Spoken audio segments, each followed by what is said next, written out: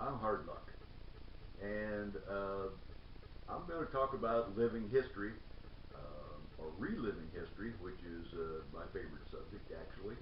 And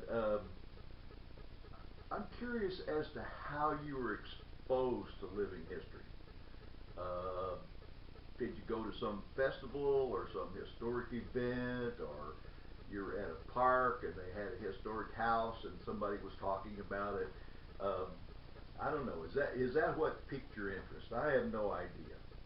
Um, if you did, or if you do, always stop wherever the entrance gate is, or wherever, and ask about it. Ask, say, who's putting this on?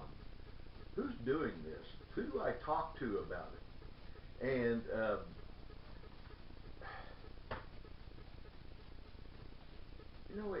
there's so many people and so many organizations that put on um, historic events like this.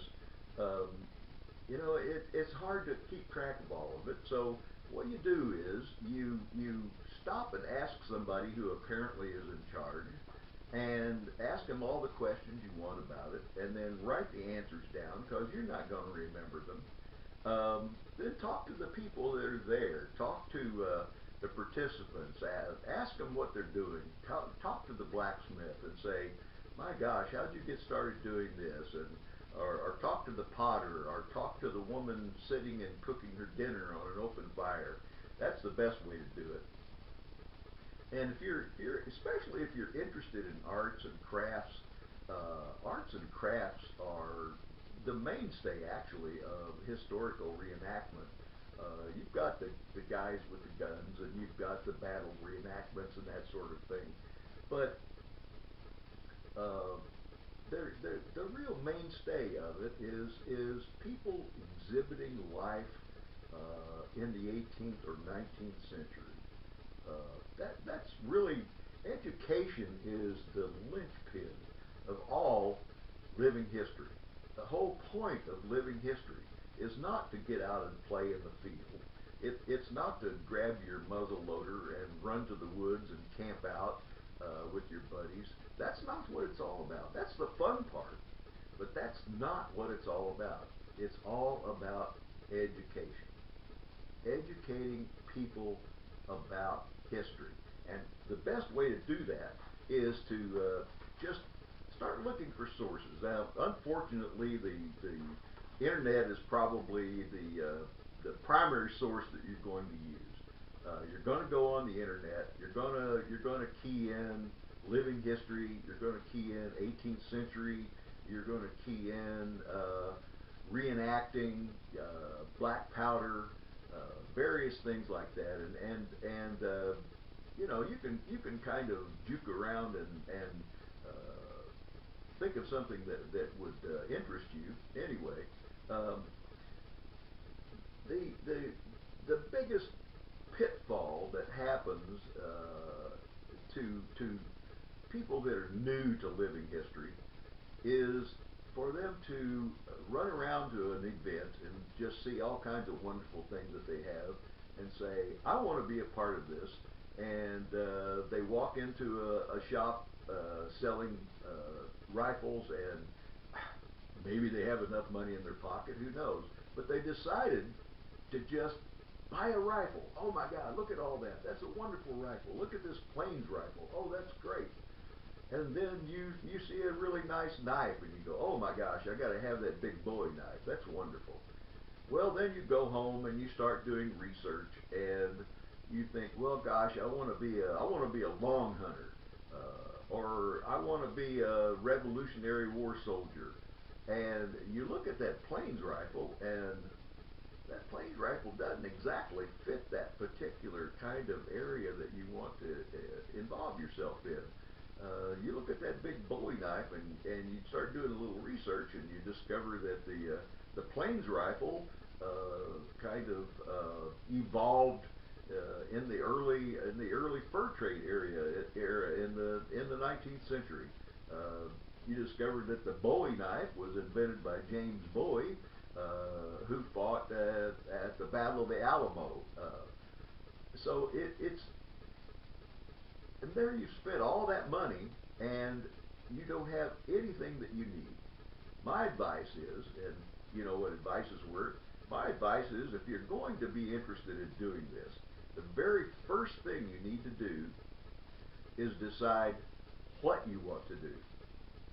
Have you gone to a Civil War event? Have you gone to a Revolutionary War event? Have you gone to an arts and crafts fair that focused on the 18th century or 19th century? Look at those and look at the people there and think, what shall I do? The first thing you should do is decide what kind of clothes do you need. That's the least expensive way to start out, is what kind of clothes do I need? So then you start researching it. You go to you can find them on the internet. There again, you're back to the internet, but that's the easiest thing for you right now. Go on the internet and look up reenactor stores, look up black powder supply. Uh, there are various places like that. I mean, currently there are a few called the Smoke and Fire Shop, the Log Cabin Shop, Hamilton Dry Goods. There are numerous stores like that. I mean, that's not the only stores, and maybe when you're watching this, they don't even exist anymore. I don't know. However, that's the best place to start. Find a shirt, find a hat, a kilt or trousers or whatever it is that you're interested in, and then once you've acquired them, start looking for an organization. Start looking for a black powder club. Start looking for a reenactment association. Start looking for a craft association. You may find that there's a wood carvers association somewhere, or a potters association, or weavers, or dyers, anything of that sort. Look them up. Start looking around. Ask questions. That's the best way to get started. And once you've got started, you've probably found an area that you're interested in, and in your particular locale, that's maybe where that historic event took place. And in your locale, start looking around for organizations. There again, there's a lot of ways to find them out, and if you're really interested, you'll figure it out. Look for black powder clubs.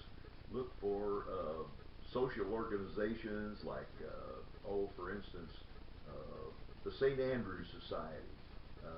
And once you've made contact with the St. Andrews Society, you get involved, you will discover that there are probably historical reenactors that recreate Scottish immigrants or Scottish soldiers involved in that area.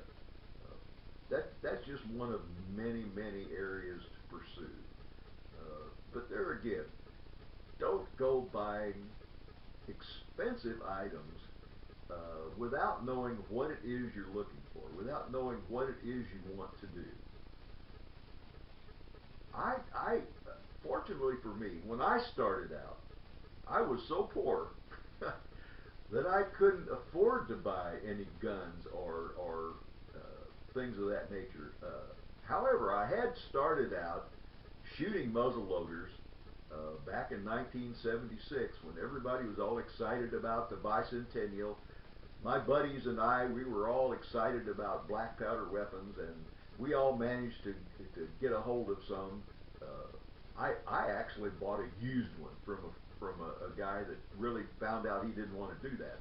So I was fortunate. I found out, and I actually shot black powder for 2 or 3 years before I discovered that there was a living history area of this. I went to, my first experience was I went to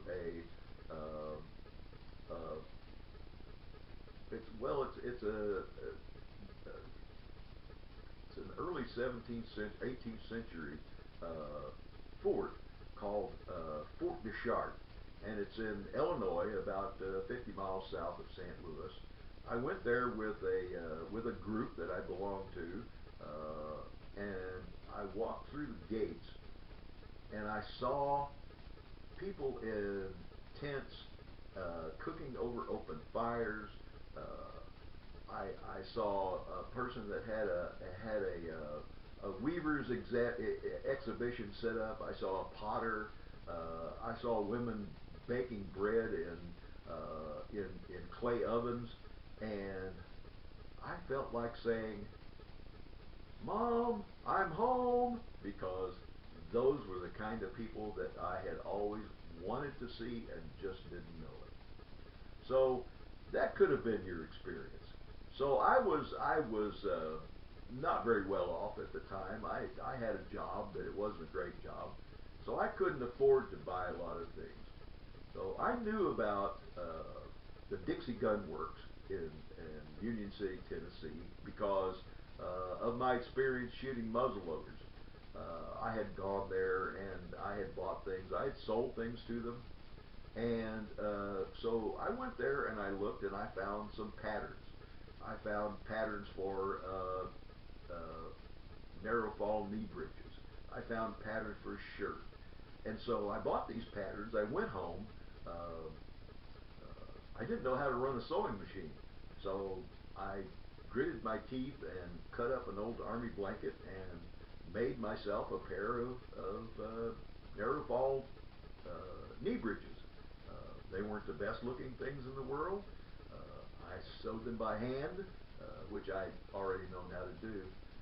And I talked my girlfriend, who had a sewing machine, into making a shirt for me. And that's what kicked it off.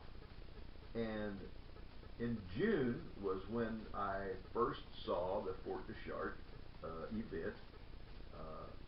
In November, the first weekend of November, the same year, at the same place, I showed up at their November event wearing my new 18th century clothes. I was so proud. I was so happy.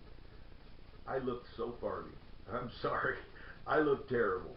I look back at those pictures now and I cringe in embarrassment at how I looked. But I thought it was wonderful. And the great thing was that they did not make fun of me. They saw that I was so interested. They saw my excitement that they just kind of took me under their wing and started talking to me and explaining what they were doing very patiently. And hopefully that's the kind of experience that you will have, or if maybe you've already had that experience. But there is uncounted ways that you can be involved in living history or reliving history, as I like to say. Anyway, you can volunteer at a local historical society. You can find any number of things involved in living history if you just start looking. They're all there. Uh, they're not complicated. It's a little hard getting started. Another thing is buying camping equipment. I couldn't afford a tent at the time. I had two children. I was single and raising two children by myself, and I didn't have a lot of money. So I went to the paint store and I bought a large painter's canvas. And I managed, with the help of my girlfriend again, to turn that into a diamond fly. And for the first several years of my reenacting experience with my children, we camped under this painter's canvas made into a made into a diamond fly. And we were quite happy without realizing just what a terrible thing it was. However, after a while, you may get tired of what you're doing and decide you want something a little more easy to live in the open. You might want a wedge tent, or even a larger fly, or you might want a cabin tent, or even a large marquee. And over the years of my historical reenacting, I started out with a diamond fly. Uh, then I jumped, amazingly, to a teepee because I wanted to be a by God mountain man, and so I bought a used 18-foot teepee and used that for several years until I realized that I actually was more interested in the French and Indian War, Scottish era, and began to uh, pursue that among other things, and eventually sold the teepee, bought a small marquee and a wedge tent, and and they say as they say, the rest is history. I've got a lot of history. I'm really old, and I've been doing this at the time of this at the time of this video. I've been doing this for 40 years. Uh, 40 years seems like an awful long time, but at present it just doesn't seem that long because I can look back year after year, and every year I have a memory, a pleasant memory every year. Those 40 years, every year I have at least one memory that I can hark back to that improved my life, that made me feel uh, good about people and my own life, and I was able to grow, and I became acquainted with some very intelligent, diligent people who are historians, some writers, some artists. Uh, I was fortunate enough when I got started that many of the famous people today in the year 2019 uh, were unknown back then, and they were starting out just like I was, and they began to pursue their passions. One of them became a famous artist. One of them became an author of several books on history. One was he's probably the greatest expert on Daniel Boone extant. He's written several books about it, and others. One man that I got acquainted with at age 18 now owns and operates Muzzleloader magazine. So you never know who these people are that you're going to meet. One thing that I looked at my own life, and I decided that, and I don't know why I did. I'm really not that smart. I decided that the only way that I was going to have a better life was to associate with people that I considered to be much smarter than me, which was not a difficult thing to do. And so I began to seek out these people in living history. I began to seek out people that I admired, and I asked them questions and became acquainted with them. Uh, some some I still know from 40 years, and recognize them, and they recognize me at events. Uh, in some cases, I've become rather infamous. There are many times you can say, "Do you know hard luck?" and people will say, "Yes, I do," and then spit. Anyway, but seriously, you can influence other people. The educational aspect of this is just limitless. I have given talks to grade schools, high schools, once the Daughters of the American Revolution. I've talked to countless people out at historic events who were interested in what I was doing. I got interested in natural dyeing, and became acquainted with some people who were dyers, and learned a tremendous amount of information from them. Put my own gear together, and for many years gave a demonstration of natural dyeing of things you could pick up in the woods or the fields or from animals. And I did this demonstration at a local historic site, a museum that's about 5 miles from where I live. So it's limitless as to what you can do. I know I'm kind of rambling around, but if I could give you advice, those are the kinds of things that I would tell you. And obviously, I am telling you. So uh, don't go off the deep end. Don't let anybody talk you into buying a gun if you don't even know what you're going to do. If you go to these historic events, and some of them are rather large, you will find all kinds of vendors there. You'll find people selling clothes. You'll find people selling guns. You'll find people selling food. You'll find people, uh, in some cases, even selling furniture, handmade furniture, boxes, hand woven items, that sort of thing. Look around, but don't buy a gun. Don't buy a knife. Don't buy anything expensive until you've decided exactly what it is you want to do. So that's the end of this. I'm going to do some more, and I will try to cover some things in detail. But I'm still kind of wanting to stick to the general things. And unfortunately, there are a lot of videos out here about living history. But it's difficult to find one that says, okay, here's what you do. Here's what you do when you walk into a living history fair. These are what things that you don't do, that sort of thing. Just personal advice, and that's what I'm trying to give you. So I hope that any of this is helpful. I don't read comments, so don't bother to make any comments at the bottom of the page. I won't read them. If you want to talk to me, my email address is and that's the number 4 hardluck at gmail.com.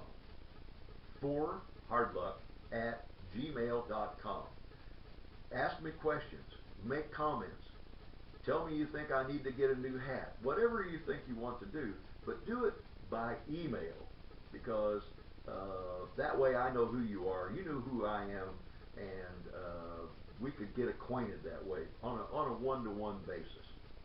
So good luck, and as one radio commentator said back in the 1950s, goodbye and good luck.